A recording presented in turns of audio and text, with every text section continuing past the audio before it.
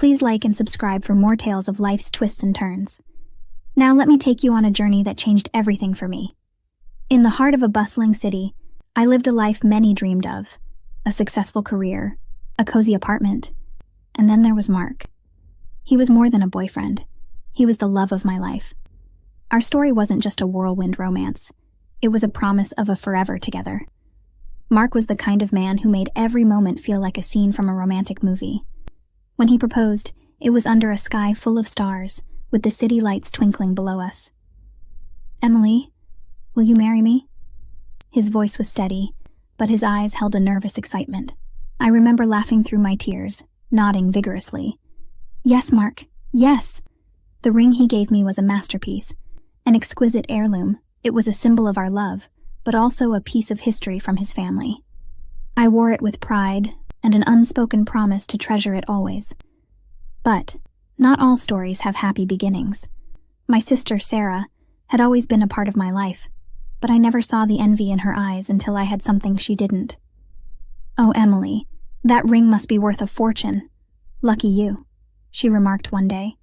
Her words, light as they were, carried a hidden weight that I chose to ignore. Then came the day that turned my life upside down.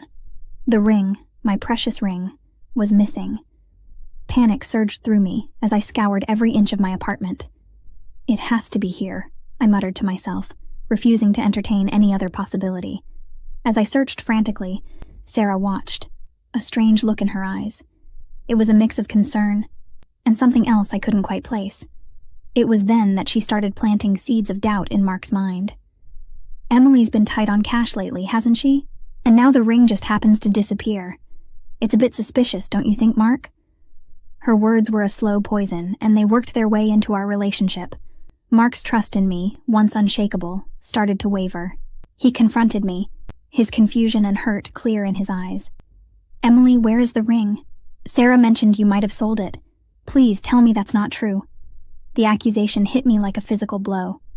"I didn't sell it, Mark. I love that ring and I love you. I would never do something like that," I said, my voice a mix of anger and desperation, but the seed of doubt had been planted too deep. "I can't do this, Emily. If you could sell the ring, what else are you capable of?" His words were cold, distant. He left, and with him, he took the future we had dreamed of. I sat there, in the silence of my apartment, my heart breaking. The ring was gone. And now, so was Mark. Betrayed by my sister and abandoned by the man I loved, I was left to pick up the pieces of my shattered life. That night, as I lay in bed, tears streaming down my face, I knew this was just the beginning. I had lost everything, but I was determined to find the truth, no matter what it took. The journey ahead was uncertain, but I was ready to face it head-on. The days following Mark's departure were a haze of heartache and confusion.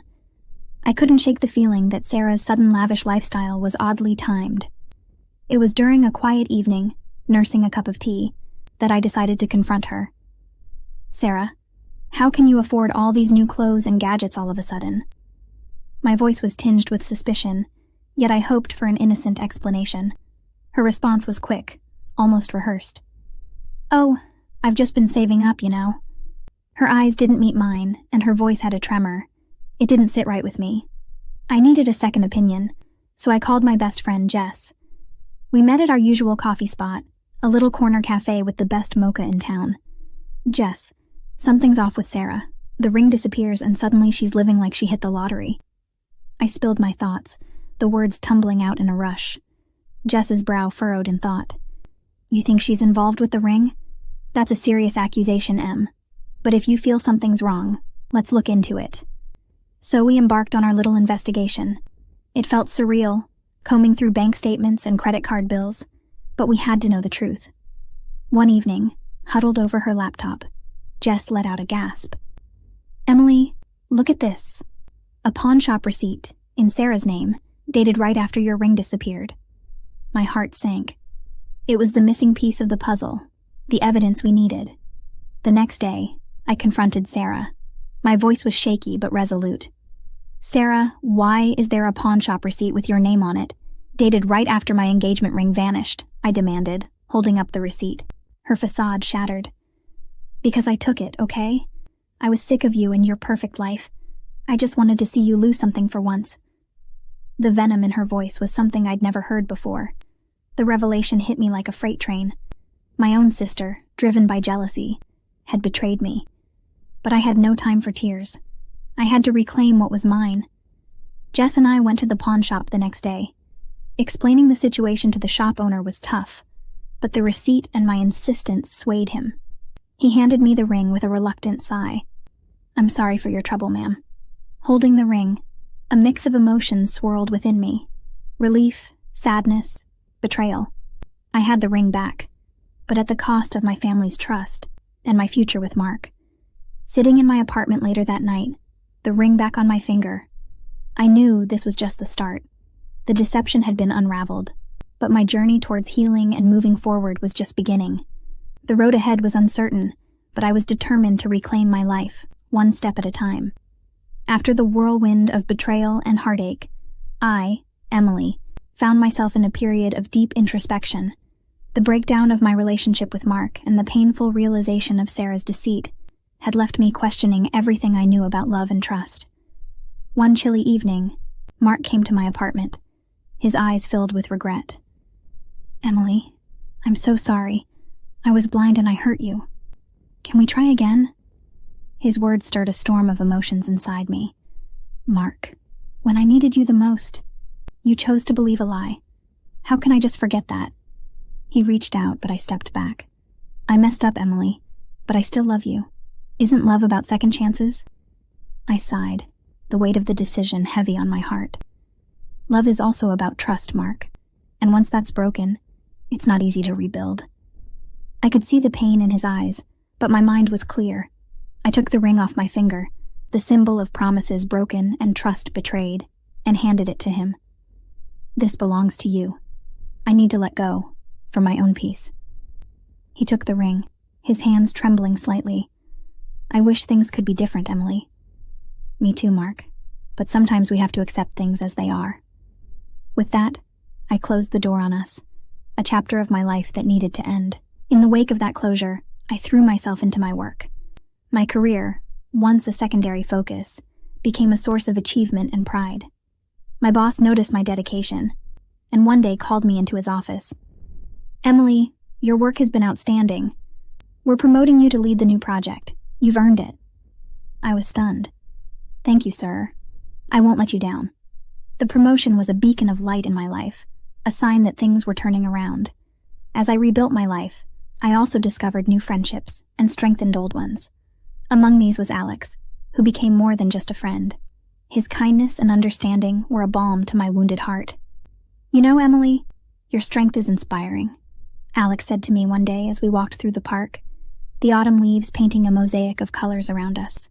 I smiled, a genuine smile that had been rare in recent times. "Thank you, Alex. It's been a hard road, but I'm finally finding my way." The news of Sarah's struggles reached me through mutual acquaintances.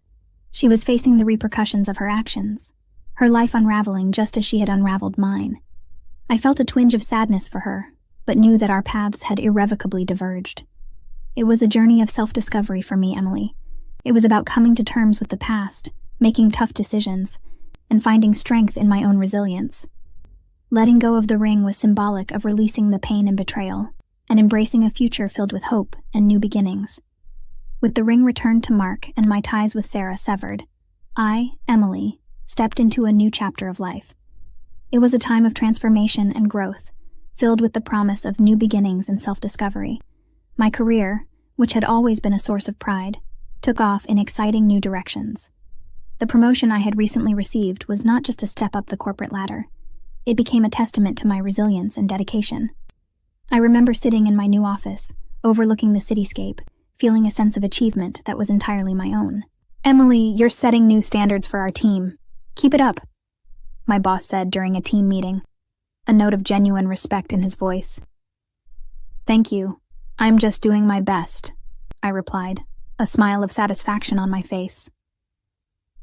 Emotionally, I embarked on a journey of healing and self-acceptance. It wasn't easy to let go of the hurt and betrayal, but with each passing day, I felt stronger, more in tune with who I was and what I wanted in life. I started attending therapy sessions, which became a safe space for me to unravel and understand my emotions. "You're making great progress, Emily. How do you feel about everything now?" my therapist asked during one of our sessions. "Honestly, I feel free. Free from the weight of other people's actions and expectations," I said, a newfound sense of peace in my voice. During this time, my friendship with Alex evolved into something deeper and more meaningful. He was a source of comfort and understanding, showing me what a healthy, supportive relationship could look like. "Emily, I've seen you go through so much, and yet here you are, stronger and more amazing than ever," Alex said to me one evening as we shared a quiet dinner at my place. "I wouldn't have made it without support from friends like you, Alex," I replied, grateful for his presence in my life.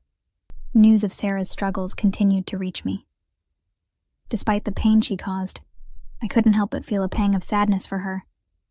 But I knew that our paths were different now, and I had to focus on my own journey.